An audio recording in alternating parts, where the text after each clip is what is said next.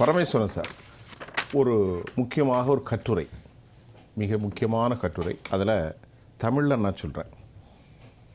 இப்போ சசிகலா அம்மா அவங்க இந்த கட்சி ஆரம்பித்த பிறகு அந்த கட்டுரை எழுதுகிறது, தமிழ்நாட்டில் தென் மாவட்டங்களில், ஆனால் அவர்கள் முக்குளத்தோர் என்று போட்டிருக்கிறார்கள், அதை பற்றி நான் எப்பவுமே அதற்கு அந்த கருத்தில் ஒப்படையவனில்லை.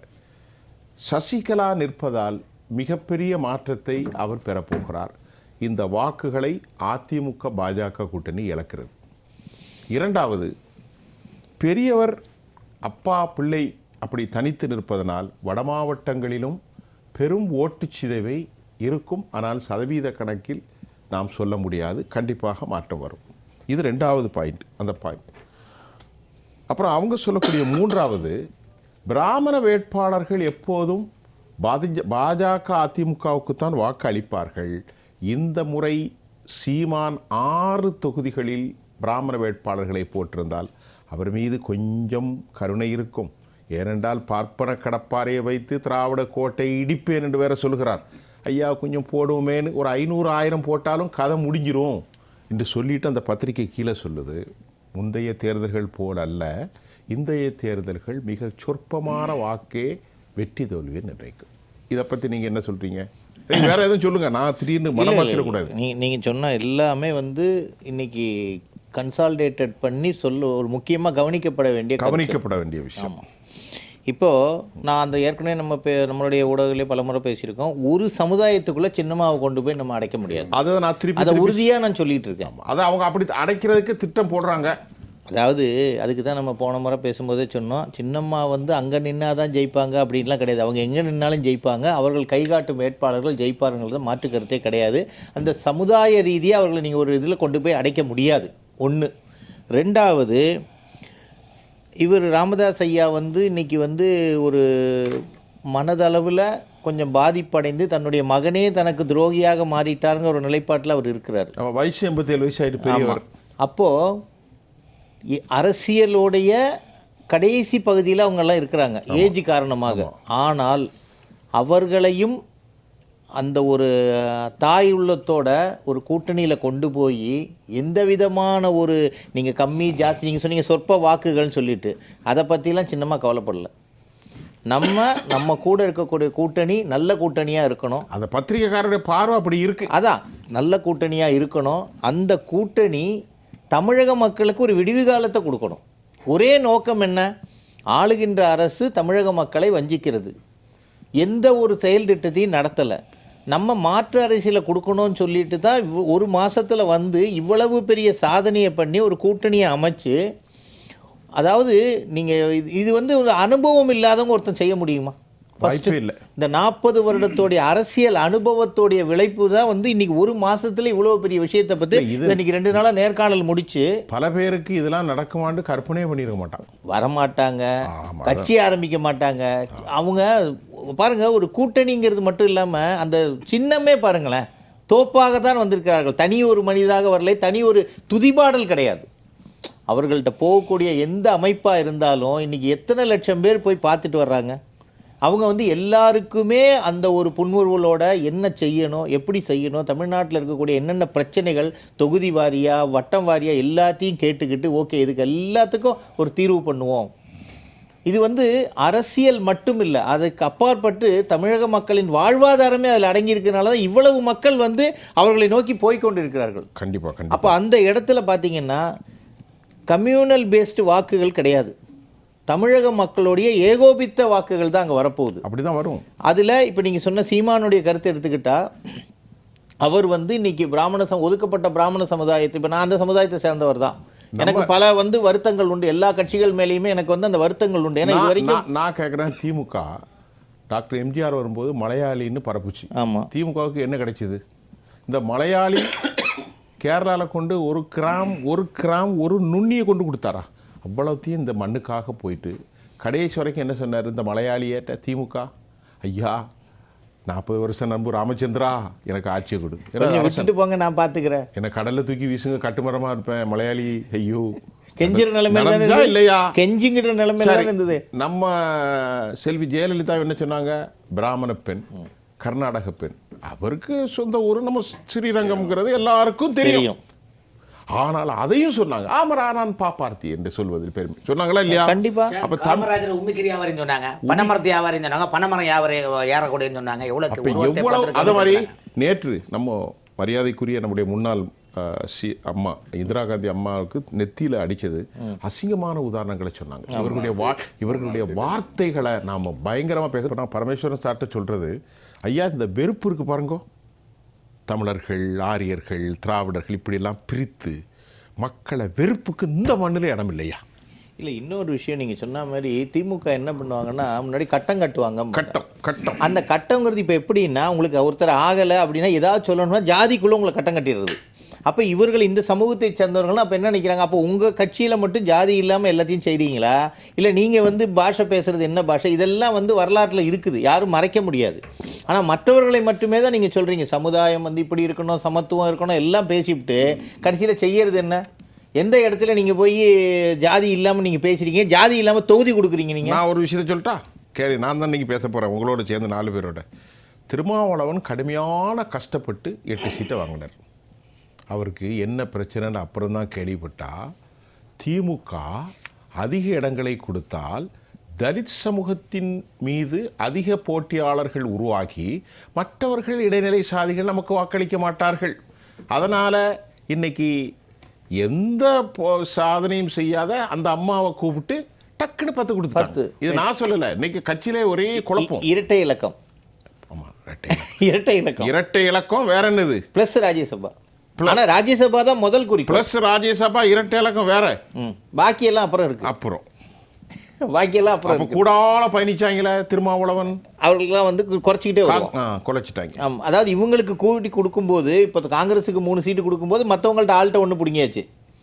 அப்போ இவங்களுக்கு கொடுக்கும்போது நீங்கள் ஏன் கொடுத்தீங்க அப்படிங்கும்போது, இல்லை நாங்கள் 12 கேட்டு 10 கொடுத்துருக்காங்க, என்ன அடிப்படையில் கொடுக்குறாங்கங்கிறது தெரியல. ஆனால் ஒரு ஒரு ஒரு அமைப்பாக இருக்குது, இவங்க டிமாண்ட் பண்ணி ஏதோ ஒரு பெரிய ஒரு உருவகத்தை பண்ணியிருக்கிறாங்க.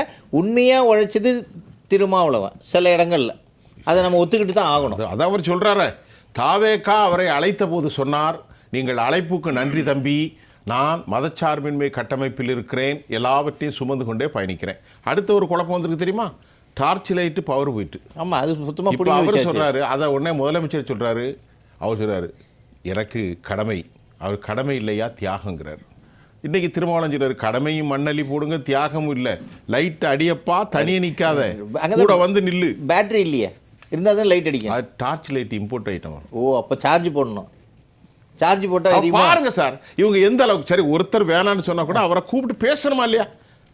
வாங்க மிஸ்டர் கமலஹாசன், உங்களுக்கு கூட ஒரு சீட்டு வைத்துக் கொள்ளுங்கள், நீங்கள் சூரியனில் கூட நிற்க வேணாம், உங்கள் ஏனியில் என்ன செய்யணும், இல்லை டார்ச்சிலே நில்லுங்க. இவர் சொல்கிறாரு பெரிய தியாகங்கிறாரு. இவர் சொல்கிறார் திருமாவளவன் அது தப்பு, அவர் விடக்கூடாது, அவருக்கு கொடுக்கறத கொடுத்து ஏனியிலே டார்ச்சிலே நில்லுங்கிறார். அப்போ அவர்களுக்குள்ளே ஒரு இணக்கம் இல்லை. இல்லை, நிச்சயமா இல்லை. அந்த 23 கட்சிகளோ அவங்க இருக்கக்கூடிய கூட்டணியில் ஒருத்தர் கூட திருப்தியாக இந்த முறை இணக்கம் இல்லை. அதாவது ஒரு ஹிட்லர் முறையில் தான் நடந்துக்கிட்டு, ஜனநாயக முறைப்படி இல்லை. அதாவது முதலமைச்சர் மேடையிலே அறிவிச்சார், நான் ஹிட்லராக இருப்பேன்னு சொல்லிட்டு சொன்னது அமைச்சர்களுக்குன்னு நினச்சாங்க. கடைசியில் பார்த்தா கூட்டணி கட்சிகள் தான் இருக்குது. போன வாட்டி எவ்வளோ 5, இந்த வாட்டி 4, போன வாட்டி 3. இந்த வைகோ அவருடைய நிலைப்பாடு என்ன, கலைஞர் காலத்திலேருந்து தனியாக போய் கட்சி ஆரம்பித்து வந்தவருக்கு இல்லை 3 உதயசூரியன் 1 இது இவ்வளோதான், அதுக்கு மேலே கேட்கக்கூடாது, நின்னா நில்லு, நிற்கலைன்னா போ, நாங்கள் அதையும் பார்த்துக்குறோம், உதயசூரியனில் தான் நிற்கணும், ஏன்னா எங்களுக்கு மெஜாரிட்டி காட்டணுங்கிற கணக்கு காட்டணும்ல. ஒரு ஏதோ ஒரு இடத்துல நாங்கள் உதயசூரியனால தான் அவங்க ஜெயிச்சாங்கங்கிற ஒரு நிலைப்பாடை கொண்டு வரணும்ல. உள்ள குழப்பங்கள் நிறைய இருக்குது, மக்கள் தெளிவாக இருக்கிறாங்க, அதில் எதிரொலிக்கும் நிச்சயமா. ஏன்னா இப்போவே அந்த பயம் இருக்கிறதுனால தான் டெய்லி ஒரு ஸ்டேட்மெண்ட் கொடுத்துட்டு இருக்கிறாங்க. இல்லை, அதுவும் நீங்கள் சொன்ன மாதிரி அவங்க நினச்சது 2 முனை போட்டி, 3 முனை போட்டி, 4 முனை. இப்போ அம்மா சின்னம்மா வந்ததுக்கப்புறம் என்னாச்சு, ஓ இது இப்போ இவங்க எதிர்பார்க்காத ஒரு ட்விஸ்ட், இது பெரிய எல்லா கட்சிகளும் இந்த சரியாக இன்னையோட போன 24 இன்னைக்கு 25 ஒரு மாதத்துக்குள்ளே ஒரு கட்டமைப்பை உருவாக்கி தமிழ்நாடு ஃபுல்லாக இன்றைக்கி சின்னம்மாவை பார்த்து விருப்ப மனு கொடுத்து இன்றைக்கி நேர்காணல் நடந்துகிட்டு இருக்குது. இந்த 30ஆம் தேதியிலேருந்து நாமினேஷன். இதில் ஒரு கூத்து நடந்துச்சு, பழனிசாமி ஆசை பாருங்கள், சசிகலா அவர்கள் ஆசீர்வாதம் பண்ணணுமா? ஏன் ஆசீர்வாதம் பண்ணணும்? 100 வயசு வாழ்வாங்க, தமிழ்நாட்டுக்கு பணி செய்வாங்க, எதுக்கு உங்களை ஆசீர்வாதம் பண்ணணும்? அவர் சொல்றாரு, ஜானகி அம்மா மாதிரி உட்காந்து ஆசீர்வாதம் பண்ணணும். நீ பண்ண வேலைக்கு ஆசீர்வாதம் தான் பண்ணணும். எப்படிப்பட்ட கூத்து நடக்குப்பா? இல்லை, நீ பண்ண வேலைக்கு ஆசீர்வாதம் தான் பண்ணணும். அவங்க உனக்கு திட்டாமல் இருக்கிறது, இது வரைக்கும் பேரை சொல்லாமல் மரியாதையாக பேசிட்டு இருக்கிறது ரொம்ப பெரிய ஆசீர்வாதம். அதான் உண்மை. அதான உண்மை. அதான் உண்மை. இன்னைக்கு வரைக்கும் பேர் சொல்லல, ஆமா. உங்களை பத்தி தவறான எந்த வார்த்தையும் சொல்லாம இருக்கிறாங்க. ஒரு கடும்போக்கு ஒரு சின்ன வார்த்தை கூட சொல்லல. இவ்வளவு தூரம் கண்ணியத்தோடு அதே அவருக்கு ப்ளஸ் பாயிண்ட் ஆயிட்டு. ஆமா, ப்ளஸ் பாயிண்ட் ஆயிட்டு. உனக்கு உன்னை இன்னைக்கு பிளஸ் பண்ண மாதிரி தான் இதுவே பெரிய ஆசீர்வாதங்கிறேன்னா. அவர் சொன்னதுக்கு பதிலே இன்னைக்கு சின்னம்மா ஒரு பேரை சொல்லி ஒரு வார்த்தை சொல்லியிருந்தாங்கன்னா இன்னைக்கு எவ்வளவு தூரம் அதை பத்தின விவாதங்கள் எவ்வளவு போயிருக்கு நேரம். அதை பத்தி தலைப்புல போட்டுருவான். அப்போ அந்த அளவுக்கு பொறுமையும், அந்த அளவுக்கு பொறுமையும். இன்னொரு விஷயம் சொல்லிடுறேன். இன்னும் இவங்கெல்லாம் தேர்தல் சொல்லியிருக்காங்க. இன்னும் சின்னம்மா தேர்தல் அறிக்கை கொடுக்கும்போது தெரியும், வரும். வரும்போது பாருங்க தமிழ்நாட்டு மக்களுக்கு எது அவசியம், அம்மா கூட இருந்து எப்படியெல்லாம் பண்ணாங்கங்கிறது அந்த ஆளுமை உங்களுக்கு தெரியும். நிச்சயமாக இது மிகப்பெரிய ஒரு புரட்சி ஏற்படுத்தும். பரமேஸ்வரன் சார், இப்போ நம்ம என்ன பேசுகிறோம்? இப்போ சின்னம்மா அதிமுக கட்சியை எந்த இடத்துலையும் விட்டு கொடுக்கல. அது ரொம்ப முக்கியமான கற்பனையிலும் இல்லை, வாய்ப்பே கிடையாது. எடப்பாடியார் அணியை பற்றி, அதுவும் எடப்பாடியை பற்றி அவர் பேரை கூட சொல்லாமல் அவர்கள் செய்த துரோகத்தை இலைமறை காய்மராகத்தான் சொல்லியிருக்காங்க. இன்னும் முழுசாக சொல்லலை. அது இப்போ இவ்வளோ அது அவங்க அண்ணன் சொன்ன மாதிரி அவங்க தொடர்ந்து உண்மையை பேச ஆரம்பித்தாங்கன்னா கட்சியில் இருக்க தொண்டர்கள் என்ன செய்வாங்கங்கிறது அது பின்னாடி நடக்கக்கூடிய விஷயங்கள். அது நம்மளே விவாதம் பண்ண போகிறோம், நிகழ்ச்சி நடக்கும், அரங்கேறும். இந்த காட்சிகளை நாம் பார்க்க போகிறோம். ஒன்று, முன்னாள் முதலமைச்சர் 3 முறை பதவி கொடுத்து அழகு பார்த்த ஓபிஎஸ் அவர்கள் இன்றைக்கி எதிரி கட்சியான அராஜக கட்சியான திமுகவில் போய் சேர்ந்திருக்காரு. நான் ஒரே ஒரு கேள்வி தான் கேட்க விரும்புகிறேன். இப்போ நாளைக்கு திமுக எப்படி இருந்தாலும் வீட்டுக்கு போக போகிறாங்க. ஸ்டாலினும் அவரும் ஒரே மேடையில் உட்கார போகிறாங்க. யாரை முன்னாள் முதல்வர்னு கூப்பிடுவீங்க நீங்கள்? பெரிய பிரச்சனை. யாரை முன்னாள் முதல்வர்னு சொல்லி ஸ்டாலினை சொல்லுவீங்களா, ஓபிஎஸ்ஸை சொல்லுவீங்களா? இது ஒரு மிகப்பெரிய சர்ச்சைக்கு வரப்போகுது. நீங்கள் நிச்சயமாக பாருங்கள். இப்போ முன்னாள் முதல்வர்னு சொல்லி நம்ம கொடுத்து அழகு பார்த்து வச்சவர் இந்த பக்கத்து சீட்டை பார்த்துக்க, நான் இதை இப்போ வெளியில் கடைக்கு போயிட்டு வரேன்னு சொல்லிட்டு போனோன்னே திரும்பி வந்தோன்னே அது ஏன் சீட்டுன்னு சொல்கிறீங்க. அப்படி தான் நடக்குது. இப்போ இங்கே நீங்கள் அங்கே போய் சொல்லுங்களேன். அதை இந்த அண்ணன் சொன்ன மாதிரி 50 பேரில் ஒரு ஆள் நீ நேர்காணல்ல. அப்போ உனக்கு எவ்வளவு பெரிய அங்கீகாரம் கொடுத்து எவ்வளவு பெரிய மரியாதை கொடுத்து வச்சதுக்கு இந்த பத்மாசுரம் கதை தான் வரம் கொடுத்த கதை. 2 விஷயம் எனக்கு ஆச்சரியம். திரு ராமன் நெசவாளர், அதாவது சசிகலா அம்மா கொடுத்த பதவி உலகத்திலே இந்தியாவிலே மிகப்பெரிய பதவி. 48 மணி நேரத்தில் எதையுமே பார்க்கல, நல்லா பார்த்துக்கோன்னு. அப்புறம் நீ யாருன்னு கேட்குறான் மனுஷன். இதை மாதிரி ஒரு துரோகத்தை நான் உலகத்திலே பார்க்கல. ஒன்று. 2வது, 3 முறை இந்தியாவினுடைய முதலமைச்சர் பன்னீர்செல்வம் எந்த இயக்கத்தை தீய சக்தின்னு சொன்ன ஒரு தாய் என்று சொன்னார், அவருக்கு எதிராக அதிலே போய் உட்கார்ந்து கொண்டு சிரித்து கொண்டிருக்கிறார். இந்த மாதிரி அரிய படைப்புகளையும் அரிய மனிதர்களையும் நன்றி கெட்டவர்களையும் நான் பார்க்கவில்லை. இன்னொன்று, இப்போது அண்ணன் சொன்ன மாதிரி டிடிவியோடைய துரோகம் என்பது எடப்பாடியை தாண்டி நிற்கிது. முதல் துரோகி. ஏன்னு சொன்னால் உங்களுக்கும் இந்த கட்சிக்கும் என்ன சம்பந்தம், உங்களுக்கும் அம்மாவுக்கும் என்ன சம்பந்தம்? இன்றைக்கி நீங்கள் வச்சுருக்கிற அம்மா மக்கள் முன்னேற்ற கழகங்கிற பேரில் இருக்கக்கூடிய அம்மா யார்? இதற்கு பதில் மக்கள் கேட்குறாங்க, நம்ம கேட்கல, மக்கள் கேட்குறாங்க. அப்போ உனக்கு இன்றைக்கும் அந்த கட்சியை வச்சுக்கிட்டு அந்த அதிமுகவுக்குள்ளே போய் உட்காந்துக்கிட்டு தானே நீங்கள் பேசிட்டு உட்காந்துருக்கீங்க. அப்போ உங்களுக்கு உண்மையான சின்னம்மா அப்படிங்கிற நம்மெல்லாம் உளவுபூர்வமாக அன்போடு கூப்பிட்றோம். அவர் உரிமையோடு கூப்பிட வேண்டியவங்க சின்னம்மா அவங்க இல்லையா? அவர்களுடைய உறவு முறை அதானே, அதை மாற்ற முடியுமா? அப்போ இப்படி தமிழக மக்கள் தாய் அம்மாவுக்கு பிறகு புரட்சி தலைவிக்கு அப்புறம் புரட்சி தாயின்னு சொல்லி ஒரு பட்டம் கொடுத்துருக்காங்கன்னு சொன்னால் அது சும்மா கொடுக்கல, சினிமா நடிகர்களுக்கு சூட்டிக்கிற மாதிரியான பட்டம் கிடையாது. உணர்ச்சி பூர்வமாக எங்களை காக்குவா. இவங்க எத்தனை பேர் கியூவில் போய் நின்னாங்க? 18வது 19வது இடத்துல நின்று பழனிசாமி தான் நம்மளும் பார்த்துட்டு இருக்கிறோம். சின்னம்மா கேட்டு இது வரைக்கும் பதில் சொல்ல யாருமே பதில் சொல்ற மாதிரி இல்லையே, தெரிஞ்சாதானே சொல்ல போறாரு. அப்போ இவ்வளவு பெரிய ஆளுமைகளை என்ன அவங்க கேட்டாங்க? அதிமுகவை ஒருங்கிணைங்க, யாரையும் விட்டுடாதீங்க, திமுகவை வீட்டுக்கு அனுப்புறதுக்கு என்ன ஒற்றுமையாக என்ன செய்யணுங்கிறத மட்டும்தானே கேட்டாங்க. வேறு ஏதாவது எனக்கு பதவி கொடு, நான் முதலமைச்சராக வரேன், ஏதாவது ஒன்று கேட்டாங்களா? எந்த நிபந்தனையும் கிடையாது. எந்த நிபந்தனை? இன்னைக்கு கட்சி ஆரம்பித்ததுக்கப்புறம் கூட ஏதாவது ஒரு வார்த்தை பேசியிருக்காங்களா? எவ்வளவு கண்ணியத்தோடு உங்களை நடத்திக்கிட்டு இருக்கிறாங்க. ஆனால் நீங்கள் என்ன செஞ்சிட்டீங்க? இப்போது உங்களுக்கு பயம், அம்மாவுக்கு பயம் இல்லைங்க, அதனால் தைரியமாக களம் காண்றாங்க. நாங்கள் கட்சி ஆரம்பிச்சுக்கிறோம், சரி சின்னம் கொண்டு வந்துட்டோம், மக்கள் வந்துக்கிட்டு இருக்கிறாங்க. இன்னைக்கு வரைக்கும் நீங்கள் தானே எங்களை பற்றி பேசுகிறீங்க, நாங்கள் எங்கேயாவது உங்களை பற்றி பேசணுமா? இந்த ஒரு மாதத்தில் சொல்லுங்கள், ஏதாவது ஒரு இடத்துல நாங்கள் உங்களை தவறாக சொல்லிட்டோமா? ஏதாவது நாங்கள் எங்கள் வேலையை பார்த்துட்ருக்கோம், மக்கள்கிட்ட நாங்கள் கொண்டு போயிட்டோம். எங்களுடைய இயக்கத்தை, இந்த கட்சியை மக்கள் தீர்மானிப்பார்கள்ன்ற ஒரு மக்களாட்சிக்கான இதுவும் அந்த தாயுள்ளத்தோட பரிசீலனை பண்ணுறாங்க. இன்றைக்கி எதிரியாகவே யாரையுமே நினைக்கல. 100% நமக்கு தெரியும், அனைத்து சமுதாய மக்களும் இன்னைக்கு இதுக்குள்ளே இருக்கிறாங்க. யாரையுமே ஏற்றத்தாழ்வுகள் பார்க்கல. அந்த தேர்தல் முடிவுகள்லாம் அழகாக தெரிஞ்சிடும். 23 நீங்கள் ரொம்ப தேர்தல் முடிவுலாம் 2வது. திரு பரமேஸ்வரன் நீங்கள் சொல்லி முடிச்சிருங்க.